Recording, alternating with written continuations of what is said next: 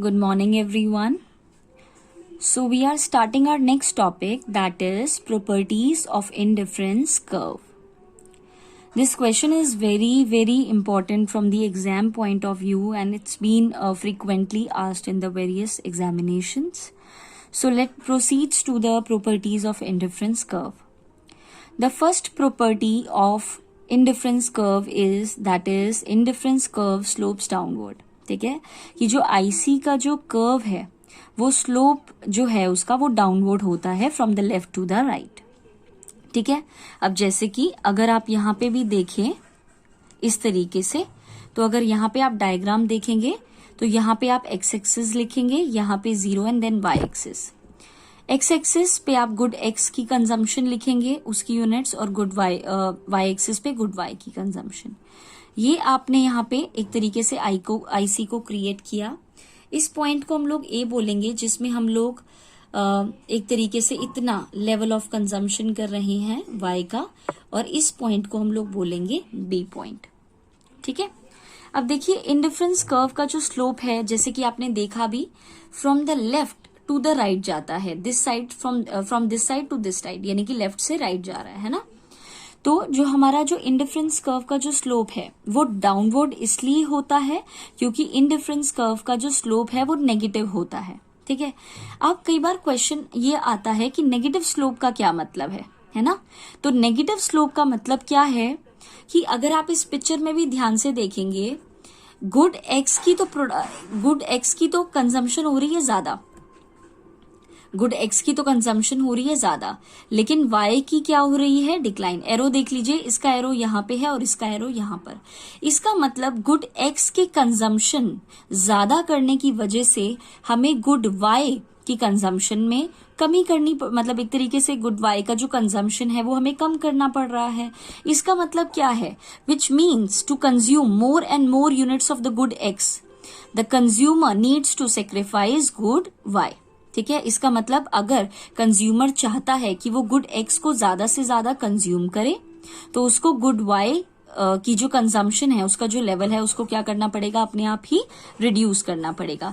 यानी कि good x को इंक्रीज करने के लिए, सी द साइन, तो गुड वाई की कंजम्पशन को क्या करना पड़ेगा, डिक्रीज, सी द साइन. ठीक है, तो यानी कि गुड एक्स ज्यादा है और वाई कम है, तो आप इस एरो से ही, इस सिंबल से ही पता लगा सकते हैं कि नेगेटिव रिलेशनशिप हो रही है ना. और नेगेटिव रिलेशन जहां पे भी आता है तो स्लोप ऑटोमेटिकली नेगेटिव स्लोप हो जाता है. जब भी किसी दो वेरिएबल्स में पॉजिटिव रिलेशन होता है, यानी कि दोनों इंक्रीज होते हैं या दोनों डिक्रीज होते हैं, तो ऐसे केस में जो स्लोप बनता है वो पॉजिटिव बनता है. लेकिन अगर दो वेरिएबल्स के बीच में 36 का आंकड़ा है, यानी कि एक ज्यादा तो दूसरा कम, या पहले वाला कम तो दूसरे वाला ज्यादा, यानी कि रिवर्स है साइन, यानी कि एक का ज्यादा कंजम्पशन हो रहा है और एक का कम कंजम्पशन हो रहा है. ठीक है, तो ऐसे केस में नेगेटिव रिलेशन होता है. ठीक है, इसका मतलब यहाँ पे जैसे कि मैंने लिखा भी कि नेक्स्ट आपका जो पॉइंट है इधर, rise in the satisfaction level. अब यहाँ पे देखो, हम लोग जब गुड एक्स का ज्यादा कंजम्पशन कर रहे हैं, है ना, अगर हम लोग गुड एक्स का ज्यादा कंजम्पशन कर रहे हैं तो ऑटोमेटिकली जो सेटिस्फेक्शन लेवल होगा वो राइज होगा ना, due to the higher consumption of good X. ठीक है, नेक्स्ट है, लेकिन जो भी गुड वाई का नेगेटिव हो रहा है, यानी कि आपका due to the lower consumption of good Y counter balanced हो रहा है, काउंटर बैलेंस्ड हो जाए. इसका मतलब गुड एक्स के कंजम्पशन से हायर सेटिस्फेक्शन होना काउंटर बैलेंस्ड करता है गुड वाई के कंजम्पशन में कम की वजह से कम सेटिस्फेक्शन होना. ठीक है, यानी कि जैसे कि मैंने आपको बताया भी था कि जो मेन रीजन है, मैंने आपको अजम्पशंस भी बताई थी कंज्यूमर इक्विलिब्रियम्स की इससे पहले वाली वीडियो में, उसमें मैंने आपसे शेयर किया था एक कॉन्सेप्ट, एक assumption, that is monotonic preference, है ना. तो मोनोटोनिक प्रेफरेंस यानी कि जो मेन रीजन है जो मेन रीजन है डाउनवर्ड स्लोपिंग ऑफ आईसी का वो क्या है, मोनोटोनिक प्रेफरेंस है, जो कि मैंने आपको अजम्पशन में भी एक्सप्लेन किया था कि more of the good give more satisfaction, कि जितने ज्यादा गुड्स होंगे वो उतने ज्यादा सेटिस्फेक्शन देंगे और जितने कम होंगे उतना कम सेटिस्फेक्शन देंगे। इसका मतलब अगर गुड एक्स ज्यादा है तो वो ज्यादा सेटिस्फेक्शन देगा, और अगर गुड वाई कम है तो वो कम सेटिस्फेक्शन देगा, ऑब्वियस सी बात है।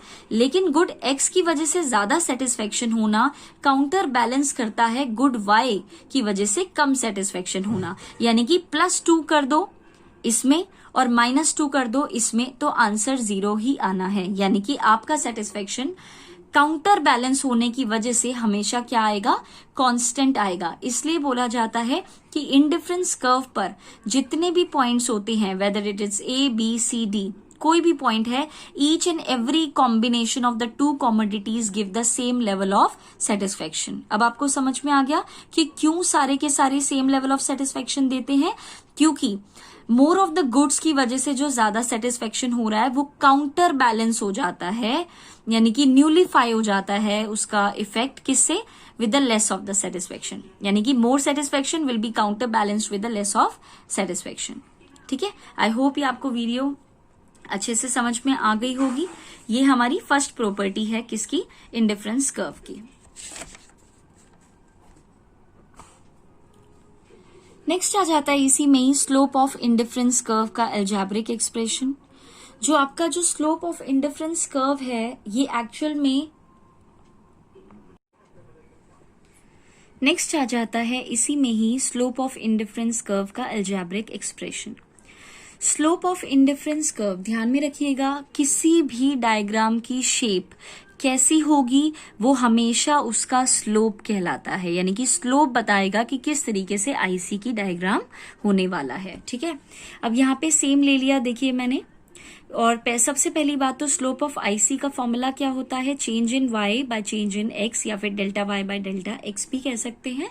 तो यहाँ पे देखिए, यहाँ पे सेम आपने वही डायग्राम बनाया जो कि आप बनाते आ रहे हैं, बस हमने यहाँ पे क्या किया, एक्स वाई लिखा, 0 गुड एक्स गुड वाई लिया, और हमने इस बार पॉइंट्स अलॉट कर दिए।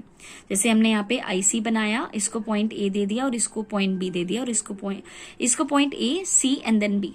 ठीक है, इसका नाम दे दिया P, N, L और M। ठीक है, इसका मतलब क्या है, देखिए अगर मुझे L से M पे आना है, ठीक है, इसका मतलब क्या है, अगर मैं जो गुड एक्स की कंजम्पशन है वो OL से बड़ा करके OM पे ले जाती हूं, यानी कि एक्स्ट्रा यूनिट का जब मैंने कंजम्पशन किया। ठीक है, तो ऐसे केस में इसके कंजम्पशन करने के लिए मुझे क्या करना पड़ेगा, Y को गिराना पड़ेगा। ठीक है, इसका मतलब जब अगर मेरे को OL से OM कंज्यूम करना है तो उसके लिए मुझे क्या करना पड़ेगा, OP, यानी कि OP से गिर करके कहां पे आना पड़ेगा, ON पे आना पड़ेगा। ठीक है, इसका मतलब क्या है, in order to gain this,